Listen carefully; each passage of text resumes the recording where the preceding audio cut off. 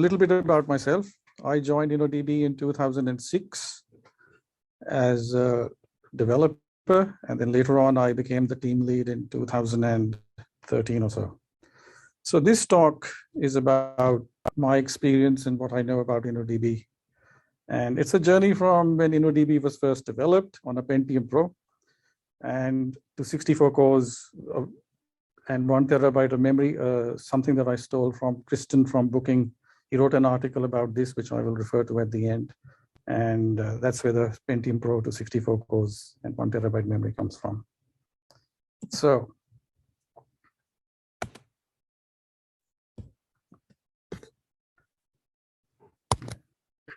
why does my laptop hang?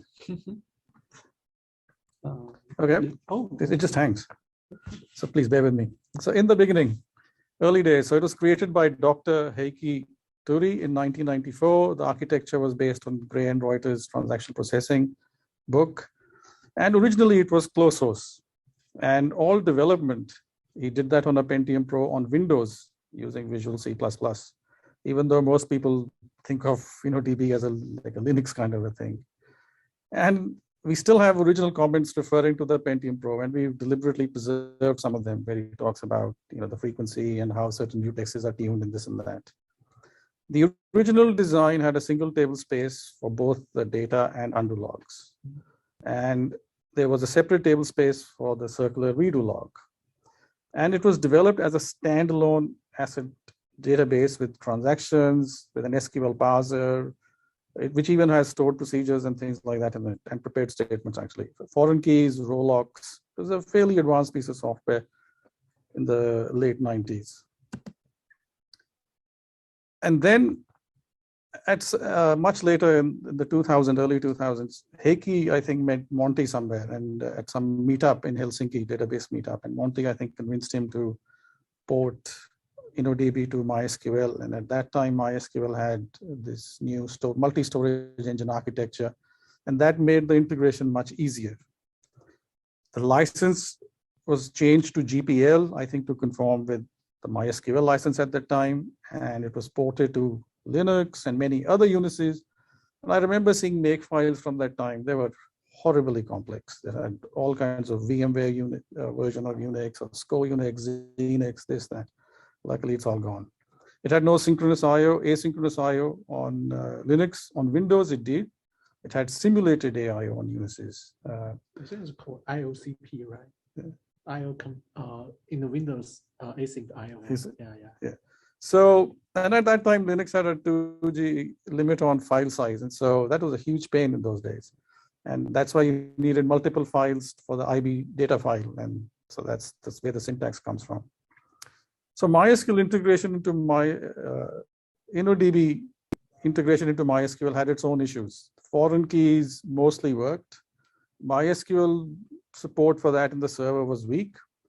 The locking semantics on the InnoDB side was very confusing because the whole server, MySQL server, was still to a very large extent is designed around the MyISM way of working, which is table locks.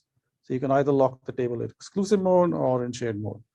InnoDB has fine-grained locking. So there's a whole API thing that is very confusing actually, but it sort of mostly works. Then the mapping of the MySQL data dictionary, which is the FRM files, to the InnoDB data dictionary, which is like a proper data dictionary and transactional actually within InnoDB. It was a source of many issues.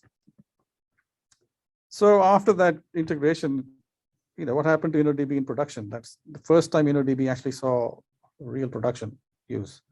So most MySQL users that cared about their data started using InnoDB instead of MyISM, because MyISM doesn't have any of those nice ACID properties. But it works. But if you cared about transaction, then you cared about durability, all those nice things, well, then you use InnoDB. So once people started using it, there were constant complaints from ex-MyISM users about the increase in InnoDB space usage. And the first band-aid was the compact row format. So the compact row format, basically, they took out some meta bits from the row header, and then to make sense of the row, they had to pump the definitions into the redo logs. And the idea was that the redo log is cheaper to write to, it is reused. So if you can save a few bytes here and there, well, that's good. In hindsight, I don't think that was such a great idea. Why? Because it made the metadata, the missing metadata made it more difficult to add support for things like instant add column, drop column, and that sort of thing. And it also added more volume to the redo log. But it was the first Band-Aid. The second attempt, I think, started in 2005, was to have so-called zip tables or compressed tables. Later on, this effort was mainly driven by Facebook, or Meta as it's called today. And they made a lot of contributions to this too. So that was the second attempt. And I think, I don't know many users that use it today, but it's there. Then in those days, scaling was a big problem. Collection was growing very fast in the 2005, 6, 7. Companies were becoming bigger, they were collecting more data, and there was rapid growth. And they were using slightly bigger hardware, which was more NUMA, and that caused a lot of problems.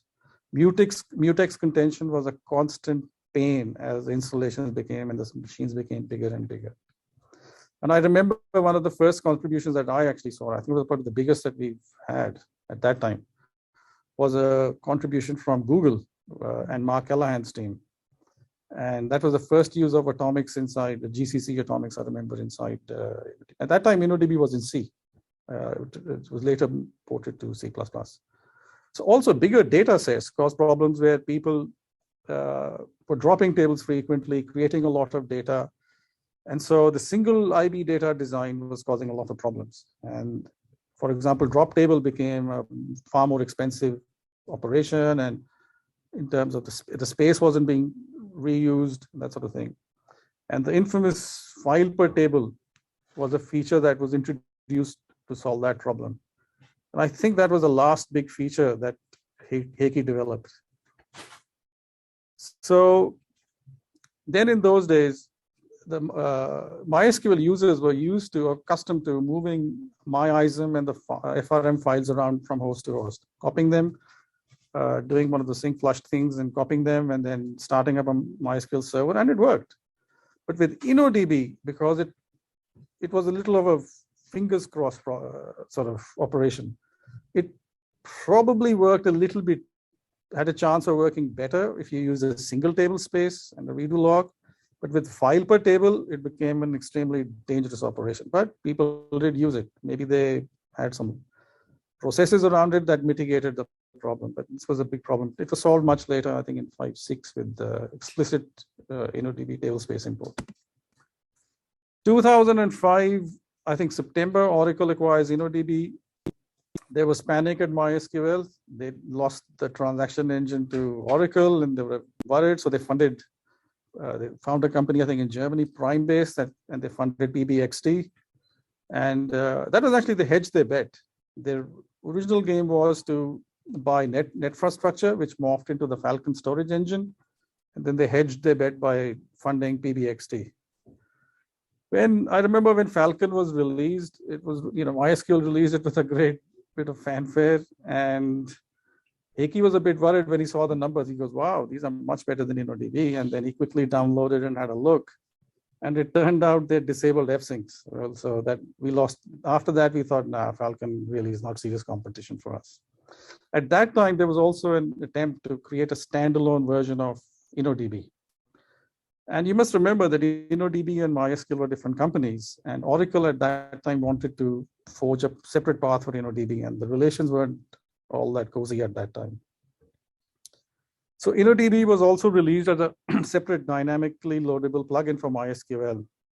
So because there was a statically linked version of InnoDB that came with MySQL. And so we had to figure out how to load a dynamic plugin. On top of that, there were shared symbols and the symbol clashes. And so it was a really painful exercise. I remember Calvin did the Windows port and Marco and I think did the Linux port. I think that. Then we also at that time within Oracle were thinking of how to have another front end for InnoDB. And I think I did the port. So SQLite was chosen as the front end for the embedded InnoDB. So you could run SQLite with an InnoDB backend. This was never released though, but it was working. It passed all the tests of that time. Then one of the original things that we did, or the first thing that we did in 2006 or so, I think, was a fast index creation. That's when the project originally started, as opposed to the MySQL way of doing row by row. The full text search project was also started, I think, in 2006. And it was based on Osku's master's thesis. I think he started it, then he left, and then I took over, and then later on, Jimmy took over. Then in 2009, Oracle bought Sun, and it ended up acquiring MySQL. And that's when the InnoDB and the InnoDB plugin, the embedded InnoDB projects were shelved. A lot of the unreleased features that had accumulated up to then were released as inside the 5.5 release of MySQL. For example, multi-threaded purge. Percona had already released their own version, but then eventually they moved to this version. The InnoDB team then became part of the MySQL server development team. And one of the advantages of that was that our roadmaps became aligned. And that was a huge change in the way that we worked more efficiently. And we started doing things where, for example, the full text search, if you look at it, it does many things inside InnoDB that it should not.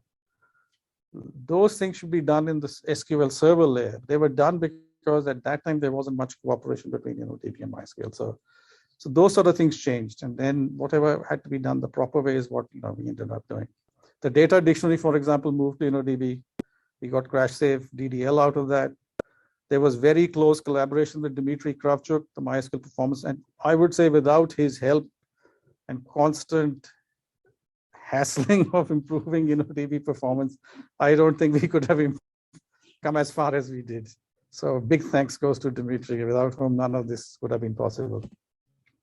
So I'll briefly talk about some of the performance improvements that I think that made a huge difference. There are like millions of other improvements made by many people and great contributions.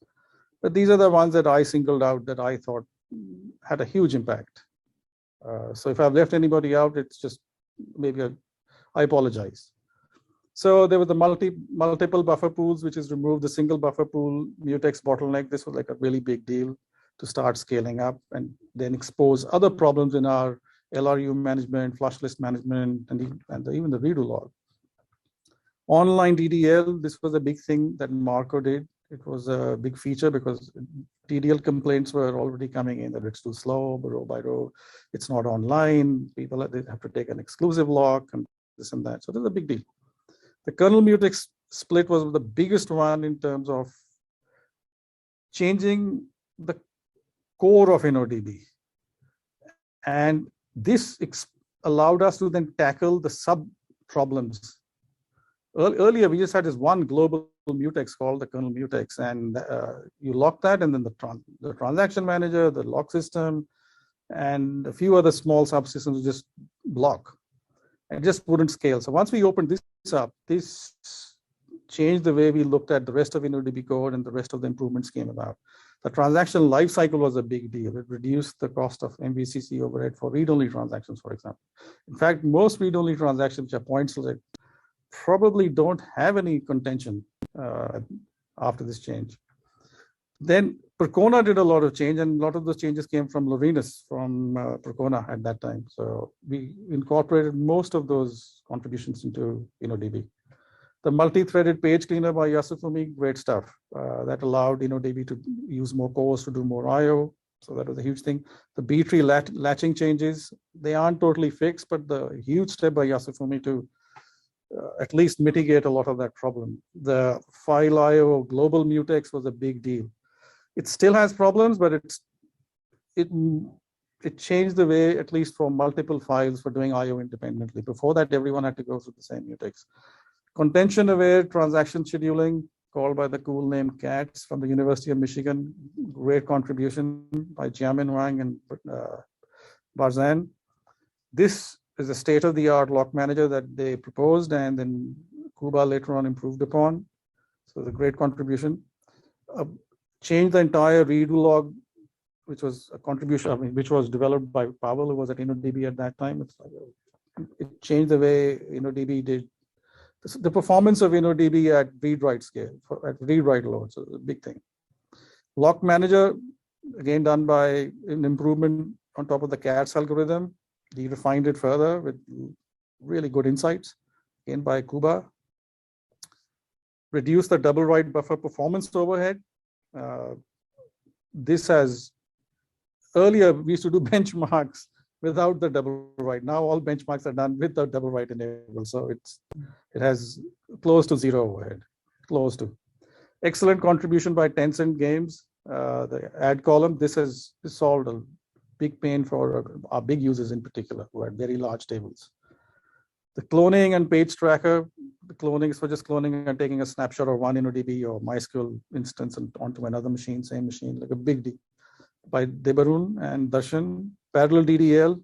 So, and there are many more which I haven't really sort of, I just don't have the time to talk about all of them. But if anybody has questions or they want to ask me otherwise, feel free, mail me or ping me or whatever.